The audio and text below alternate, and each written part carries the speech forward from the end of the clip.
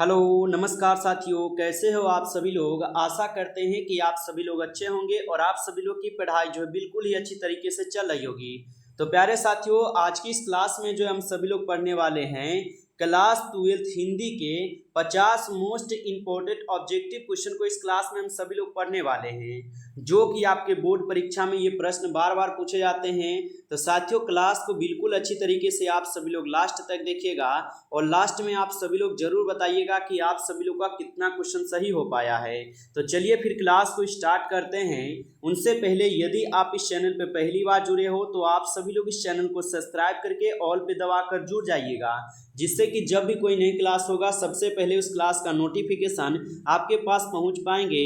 तो चैनल पे पहली बार यदि आप जुड़े हैं तो चैनल को आप सभी लोग सब्सक्राइब कर लीजिएगा। तो चलिए फिर क्लास को स्टार्ट करते हैं और आप सभी लोग हमारे साथ जो है चैट सेक्शन में आंसर भी लगाते चलिएगा, ओके, जिससे कि आपको ये सभी प्रश्न अच्छी तरीके से याद हो जाएंगे। तो यहाँ पे जो है पहला नंबर प्रश्न दिया गया है आप सभी लोग का कि किसके न होने से सृष्टि जो है गूंगी प्रतीत होती है। चलिए बता देंगे कि किसके न होने से सृष्टि जो है गूंगी प्रतीत होती। तो किसके न होने से सृष्टि गूंगी प्रतीत होती, तो वाक शक्ति यदि हमारे अंदर नहीं हो पाता तो ये सृष्टि जो है गूंगी प्रतीत होती। वाक शक्ति के कारण ही क्या है, तो ये हम सभी लोग जो है ना बोल पाते हैं और अपना दुख और जो भी बात हो किसी के सामने जो है व्यक्तित्व कर पाते हैं। ठीक है, तो यहाँ पे हमारा ऑप्शन बी हो जाएंगे, याद रखिएगा। ओके, चलिए अगला क्वेश्चन दिए गए हैं यहाँ पे 2 नंबर क्वेश्चन। और 2 नंबर क्वेश्चन क्या है कि कौन सा उपन्यास बालकृष्ण भट्ट द्वारा रचित है। लगा देंगे आंसर कि कौन सा उपन्यास बालकृष्ण भट्ट जी के द्वारा जो है रचित हो जाएंगे। तो कौन सा उपन्यास बालकृष्ण भट्ट जी के द्वारा रचित है, तो बालकृष्ण भट्ट जी के द्वारा रचित उपन्यास हो जाएंगे कौन से, तो यह हो जाएंगे आपके 100 अजान और 1 सुजान, जो कि ऑप्शन सी यहाँ पे आप लोग का सही जवाब है, याद रखिएगा साथियों। चलिए अगला क्वेश्चन का आंसर लगाइएगा। अगला क्वेश्चन है 3 नंबर क्वेश्चन है कि कौन सी रचना बालकृष्ण भट्ट द्वारा रचित नहीं है। लगा दीजिए आंसर कि कौन सी रचना बालकृष्ण भट्ट जी के द्वारा रचित नहीं है। तो बालकृष्ण भट्ट जी के द्वारा रचित रचना कौन नहीं है, तो मेघदूतम। मेघदूतम जो है ये बालकृष्ण भट्ट जी के रचना द्वारा रचित नहीं है, याद रखिएगा। ओके, चलिए अगला क्वेश्चन है यहाँ पे 4 नंबर क्वेश्चन कि उसने कहा था कहानी जो है ना लिखी गई थी। चलिए बताइए, उसने कहा था कहानी जो है ना ये कब लिखे गए थे। तो उसने कहा था कहानी जो है ये प्रथम विश्व युद्ध के तुरंत बाद ही लिखे गए थे। तो ऑप्शन यहाँ पे जो है आप लोग का बी हो जाएंगे, सही जवाब, याद रखिएगा। चलिए अगला क्वेश्चन दिए गए हैं आप सभी लोग का यहाँ पे 5 नंबर क्वेश्चन है कि लन्हा सिंह के गांव का क्या नाम था। चलिए लगा दीजिए आंसर कि लन्हा सिंह के गांव का क्या नाम था। तो याद रखिएगा साथियों कि लन्हा सिंह के गांव का नाम था माझे। ऑप्शन यहाँ पे जो है बी सही जवाब हो जाएंगे आप लोग का, इनको याद रखिएगा आप सभी लोगों के। चलिए अगला क्वेश्चन दिए गए हैं लन्हा सिंह जो ये किस पद पर था। चलिए बता दीजिएगा लन्हा सिंह जो है ये किस पद पर थे। तो लन्हा सिंह जो थे ये किसके पद पर थे, तो लन्हा सिंह जो है ये जमदार के पद पर। ठीक है, तो ऑप्शन यहाँ पे क्या हो जाएगा, जमदार के पद पे, हमारा ऑप्शन सी हो जाएगा, याद रखिएगा। चलिए अगला क्वेश्चन देखते हैं कि पुरानी हिंदी किसकी रचना है। बता दीजिएगा पुरानी हिंदी जो है ये किसकी रचना हो जाएंगे। तो पुरानी हिंदी जो है ये चंद्रधर शर्मा गुलेरी जी की रचना है। तो ऑप्शन डी हो जाएंगे यहाँ पे सही जवाब। चलिए अगला क्वेश्चन देखते हैं हम सब लोग यहाँ पे 8 नंबर क्वेश्चन कि संपूर्ण क्रांति क्या है। लगा दीजिएगा आंसर। तो पहले तो याद रखिएगा कि संपूर्ण क्रांति के राइटर यानी कि लेखक हो जाएंगे कौन, तो जयप्रकाश नारायण जी। और ये संपूर्ण क्रांति क्या है, तो जयप्रकाश जी का ये भाषण वाला है। ठीक है, तो हमारा ऑप्शन बी हो जाएगा भाषण। चलिए अगला क्वेश्चन देखते हैं। अगला क्वेश्चन है जयप्रकाश नारायण को भारत रत्न की उपाधि जो है दी गई थी। चलिए बताइए जयप्रकाश नारायण जी को भारत रत्न की उपाधि कब दी गई थी। तो जयप्रकाश नारायण जी को भारत रत्न की उपाधि आपके 1998 में दी गई थी। ऑप्शन यहाँ पे जो है बी सही जवाब हो जाएंगे। चलिए अगला क्वेश्चन देखते हैं जयप्रकाश नारायण के पिताजी का क्या नाम था। बताइए कि जयप्रकाश नारायण जी के पिताजी का क्या नाम था। तो जयप्रकाश नारायण जी के पिताजी का नाम था यहाँ पे हर्षु दयाल। ऑप्शन बी हो जाएगा आप लोग का सही जवाब, याद रखिएगा। चलिए अगला क्वेश्चन देखते हैं। यहाँ पे 11 नंबर क्वेश्चन है प्रजा सोशलिस्ट पार्टी का गठन कब हुआ था। बताइए प्रजा सोशलिस्ट पार्टी का गठन जो है कब हुआ था। तो याद रखिएगा प्रजा सोशलिस्ट पार्टी का गठन जो है यह कब हुए थे, तो प्रजा सोशलिस्ट पार्टी का गठन 1952 में हुए थे, जो कि ऑप्शन ए हो जाएंगे सही जवाब, याद रखिएगा। चलिए अगला क्वेश्चन देखते हैं यहाँ पे 12th नंबर क्वेश्चन कि दिनकर जी का जन्म बिहार के किस जिले में हुआ था। बताइए दिनकर जी का जन्म जो है बिहार के किस जिले में हुआ था। तो दिनकर जी का जन्म जो है बिहार के बेगूसराय जिला में हुआ था, तो ऑप्शन यहाँ पे जो है बी हो जाएंगे सही जवाब। चलिए अगला क्वेश्चन देखते हैं हम सभी लोग यहाँ पे दिए गए हैं 13 नंबर क्वेश्चन कि बुद्ध और महावीर ने नारियों को कौन सा यहाँ पे अधिकार दिया था। बताइए कि बुद्ध और महावीर ने नारियों को कौन सा अधिकार दिया था। तो बुद्ध और महावीर ने नारियों को जो है यहाँ पे भिक्षुणी होने का अधिकार दिया था, जो कि ऑप्शन बी यहाँ पे आप लोग का सही जवाब है, तो याद रखिएगा। ओके चलिए अगला क्वेश्चन का आंसर लगा दीजिएगा। 14 क्वेश्चन है प्यारे बच्चों, निम्नलिखित में से कौन सी रचना दिनकर जी की नहीं है। लगा दीजिए निम्नलिखित में से कौन सी रचना दिनकर जी की नहीं है। तो यहाँ पे दिनकर जी की रचना कौन नहीं है, तो जूठन। जूठन जो है ये आपके दिनकर जी की रचना नहीं है, बल्कि ये ओम प्रकाश वाल्मीकि जी की रचना है, तो हमारा ऑप्शन सी होगा सही जवाब। चलिए अगला क्वेश्चन है आप लोग का यहाँ पे 15 क्वेश्चन है कि रोज पाठ क्या है। चलिए बता दीजिए कि रोज जो है ये पाठ क्या है। तो रोज जो है यह एक प्रकार की कहानी हो जाएंगे, ऑप्शन यहाँ पे बी सही जवाब हो जाएंगे, याद रखिएगा। ठीक है चलिए अगला क्वेश्चन दिए गए हैं आप सब लोग का यहाँ पे कि अज्ञेय मूलतः क्या थे। लगा देंगे इसका भी आंसर कि अज्ञेय जी मूलतः क्या थे। तो अज्ञेय जी जो है ये मूलतः कहानीकार थे, ऑप्शन सी हो जाएगा यहाँ पे सही जवाब। चलिए अगला क्वेश्चन का आंसर लगाइएगा। अगला क्वेश्चन दिए गए हैं यहाँ पे आपका 17 नंबर क्वेश्चन, और 17 क्वेश्चन दिए गए हैं कि अज्ञेय जी की पहली कहानी कब प्रकाशित हुई। बताइए अज्ञेय जी की पहली कहानी कब प्रकाशित हुई है। तो अज्ञेय जी की जो पहली कहानी थी यह प्रकाशित हुए थे 1924 में, जो कि ऑप्शन यहाँ पे बी सही जवाब है, तो आप सभी लोग ऑप्शन बी कीजिएगा सही जवाब। चलिए अगला क्वेश्चन देखिए हैं। अगला क्वेश्चन देखिएगा, मालती महेश्वर की संतान का क्या नाम है। बताइए मालती महेश्वर की संतान का क्या नाम है। तो प्यारे बच्चों याद रखिएगा कि पहले तो मालती के पति का नाम पूछेगा, तो उनके पति का नाम पूछेगा, तो आप लोग याद रखिएगा महेश्वर ही था। ठीक है, और ये महेश्वर जो था ना ये डॉक्टर थे प्यारे बच्चों, इनको याद रखिएगा। ठीक है, ये डॉक्टर थे प्यारे बच्चों, इनको याद रखिएगा। अच्छा ये किस बीमारी का ऑपरेशन करते थे, तो ग्रेगिन नामक बीमारी का। ठीक है, यहाँ पे हम लोग लिखेंगे ग्रेगिन। ठीक है, ग्रेगिन नामक बीमारी का ऑपरेशन करते थे। ठीक है, तो यहाँ पे हमसे पूछा है मालती महेश्वर की संतान का नाम, उनके बच्चे का नाम पूछ रहा है, तो यहाँ पे क्या होगा टीटी नाम था उनके बच्चे का। ठीक है, याद रखिएगा। चलिए अगला क्वेश्चन है यहाँ पे 19 क्वेश्चन कि एक लेख और एक पत्र के रचनाकार कौन है। लगा दीजिए आंसर कि एक लेख और एक पत्र के रचनाकार कौन है। तो प्यारे बच्चों याद रखना एक लेख और एक पत्र तो ये भगत सिंह जी के द्वारा यहाँ पे लिखे गए हैं, तो हमारा सी ही हो जाएंगे यहाँ पे सही जवाब। 19 क्वेश्चन का आंसर आप लोग जो इनको याद रखेंगे। ओके चलिए आगे बढ़ते हैं और अगला क्वेश्चन का आंसर बताइएगा। यहाँ पे 20 नंबर क्वेश्चन है कि भगत सिंह किस उम्र में क्रांतिकारी गतिविधियों में न शामिल हुए थे। लगाइए आंसर कि भगत सिंह किस उम्र में क्रांतिकारी गतिविधियों में शामिल हुए थे। तो प्यारे बच्चों याद रखना भगत सिंह जो थे ये आपके 12 वर्ष की उम्र में जो है ना क्रांतिकारी गतिविधियों में शामिल हो गए, ऑप्शन बी हो जाएंगे सही जवाब।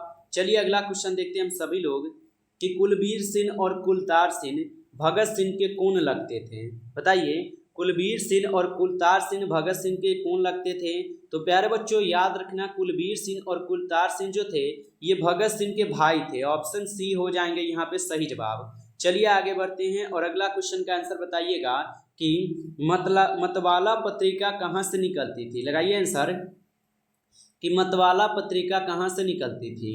तो प्यारे बच्चों याद रखना मतवाला पत्रिका जो है ये कोलकाता से निकलती थी, तो ऑप्शन डी हो जाएंगे यहाँ पे सही जवाब। चलिए अगला क्वेश्चन देखते हैं जगदीश चंद्र माथुर के मूलतः क्या थे। बताइए जगदीश चंद्र माथुर जो है ये मूलतः क्या थे। तो प्यारे बच्चों याद रखना जगदीश चंद्र माथुर जो है यह मूलतः निबंधकार थे, तो ऑप्शन ए हो जाएंगे यहाँ पे सही जवाब। चलिए अगला क्वेश्चन देखते हैं। अगला क्वेश्चन का आंसर लगाइएगा कि माथुर जी किस राज्य के शिक्षा सचिव नियुक्त हुए थे। बताइए माथुर जी किस राज्य के शिक्षा सचिव नियुक्त हुए थे। तो माथुर जी जो है ये आपके बिहार के शिक्षा सचिव नियुक्त हुए थे, तो ऑप्शन सी होगा यहाँ पे सही जवाब। आप लोग इन्हें याद रखेगा। ठीक है, चलिए अगला क्वेश्चन का आंसर लगाइएगा प्यारे बच्चों। 25 क्वेश्चन है कि बोलते क्षण किस साहित्यिक विधा की कृति है। बताइए, बोलते क्षण किस साहित्यिक विधा की कृति हो जाएंगे। तो प्यारे बच्चों याद रखना, बोलते क्षण जो है ये आपके निबंध हो जाएंगे। ठीक है, तो ऑप्शन ए जो है आप लोग का सही जवाब हो जाएंगे। चलिए अगला क्वेश्चन देखते हैं, गौतम बुद्ध का आविर्भाव कब हुआ था। बताएंगे, गौतम बुद्ध का आविर्भाव कब हुआ था। तो प्यारे बच्चों गौतम बुद्ध का आविर्भाव जो है 2500 वर्ष पहले हुए थे। तो ऑप्शन यहाँ पे जो है आप सभी लोग का बी हो जाएंगे सही जवाब। अगला क्वेश्चन का आंसर लगाइएगा, सिपाही की माँ किसके द्वारा रचित है। बताइए, सिपाही की माँ जो है प्यारे बच्चों ये किसके द्वारा रचित है। तो सिपाही की माँ जो है ये मोहन राकेश जी के द्वारा रचित है। तो ऑप्शन हमारा यहाँ पे बी हो जाएंगे सही जवाब। चलिए आगे बढ़ते हैं, अगला क्वेश्चन का आंसर लगाइए, मोहन राकेश किस पत्रिका के संपादक रहे हैं। बताइए, मोहन राकेश किस पत्रिका के संपादक रहे हैं। तो मोहन राकेश जो है ये आपके सारिका पत्रिका के संपादक रह चुके हैं, जो कि ऑप्शन ए यहाँ पे सही जवाब होगा। अगला क्वेश्चन का आंसर बताइएगा, निम्नलिखित बिस्नी की पड़ोसिन कौन है। यानी कि आपको यहाँ पे बताना है कि बिस्नी की पड़ोसिन कौन थी। तो प्यारे बच्चों आपको हम पढ़ाए हुए हैं कि बिस्नी की पड़ोसिन जो थी यह कुंती थी, जो कि ऑप्शन हमारा कहाँ पे है, तो सी में सही जवाब है, याद रखेंगे। ठीक है, चलिए आगे बढ़ते हैं और अगला क्वेश्चन का आंसर बताइएगा। 13 क्वेश्चन है। 13 क्वेश्चन क्या दिए गए हैं प्यारे बच्चों कि नागर सीन और नाम्बर सीन के बीच का संबंध है। तो यहाँ पे आपको पता होना चाहिए प्यारे बच्चों कि नागर सीन और नाम्बर सीन, यानी कि नाम क्या है तो थोड़ा मैच खा रहा है। ठीक है, यानी कितना लगा सकते हैं अंदाजा कि नागर सीन और नाम्बर सीन ये दोनों का संबंध हम लोग क्या लगाएंगे, तो हम लोग लगाएंगे बाप और बेटा का संबंध। ठीक है, ऑप्शन सी करेंगे सही जवाब। चलिए अगला क्वेश्चन देखते हैं, नाम्बर सीन बीए किए थे। बताइए, नाम्बर सीन ने बीए कब किया था। तो नाम्बर सीन जो है 1949 में बीए किए हुए हैं। ऑप्शन ए हो जाएगा यहाँ पे सही जवाब। चलिए अगला क्वेश्चन देखते हैं हम सभी लोग कि छिन्न भिन्न में कौन सा यहाँ पे समास होगा। चलिए लगाइए आंसर कि छिन्न भिन्न में कौन समास होगा। तो प्यारे बच्चों छिन्न भिन्न में जो है आप सभी लोग का यहाँ पे समास होगा द्वंद्व समास। ठीक है, ऑप्शन सी कीजिएगा आप लोग सही जवाब। चलिए अगला क्वेश्चन देखते हैं कि स्मरण शब्द का विशेषण क्या होगा। बताइए, स्मरण शब्द का विशेषण क्या होगा। तो स्मरण शब्द का विशेषण स्मरणीय हो जाएंगे, जो कि ऑप्शन सी यहाँ पे सही जवाब है। नेक्स्ट क्वेश्चन देखिएगा कि ताना बाना किसकी रचना है। बताइए, ताना बाना किसकी रचना है। तो प्यारे बच्चों ताना बाना जो है ये रचना हो जाएंगे आपके केदारनाथ सिंह के। ऑप्शन यहाँ पे जो है डी सही जवाब है, याद रखेगा। चलिए अगला क्वेश्चन देखते हैं कि आचार्य रामचंद्र शुक्ल को शिकायत थी। बताइए, आचार्य रामचंद्र शुक्ल को किससे शिकायत थी। तो आचार्य रामचंद्र शुक्ल को जो है शिकायत किससे थी, तो इनको शिकायत थी आपके आधुनिक कविता से। ऑप्शन बी जो है आप लोग का सही जवाब है। चलिए अगला क्वेश्चन देखते हैं हम सभी लोग। यहाँ पे आता है 36 नंबर क्वेश्चन, और 36 नंबर क्वेश्चन है हजारी प्रसाद द्विवेदी थे।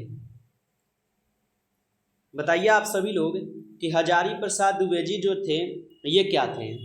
तो हजारी प्रसाद द्विवेदी जो थे ये आपके निबंधकार भी थे, आलोचक भी थे और उपन्यासकार भी थे। ठीक है प्यारे बच्चों, तो उपयुक्त तो डी हो जाएगा। यहाँ पे इनमें से सभी हम लोग लगा सकते हैं। चलिए अगला क्वेश्चन देखिएगा, नाम्बर सेन की मृत्यु जो है कहाँ हुई थी। बताइए प्यारे बच्चों, नाम्बर सेन की मृत्यु कहाँ हुई थी। तो नाम्बर सेन की मृत्यु जो है ये आपके कहाँ पर हुए थे, तो दिल्ली में। ऑप्शन ए जो है आप लोग का यहाँ पे सही जवाब हो जाएंगे। चलिए अगला क्वेश्चन देखते हैं कि अब और नहीं क्या है। बताइए, अब और नहीं क्या होगा। तो प्यारे बच्चों अब और नहीं क्या होगा, तो कविता संकलन हो जाएगा यह। इनको ऑप्शन सी कीजिएगा सही जवाब। चलिए अगला क्वेश्चन है कि उदय प्रकाश का जन्म जो है कब हुआ था। बताइए, उदय प्रकाश का जन्म कब हुआ था। तो प्यारे बच्चों उदय प्रकाश का जन्म जो है यह आपके 1 जनवरी 1952 को हुए थे। ऑप्शन सी हो जाएगा सही जवाब। चलिए अगला क्वेश्चन है आप सभी लोग का कि उदय प्रकाश के पिताजी का क्या नाम है। बताइए, उदय प्रकाश के पिताजी का क्या नाम है। तो उदय प्रकाश के पिताजी का नाम है प्रेम कुमार सिंह। ठीक है, ऑप्शन ए जो है आप लोग का सही जवाब होगा। चलिए अगला क्वेश्चन देखते हैं कि सूरसागर के कवि हैं।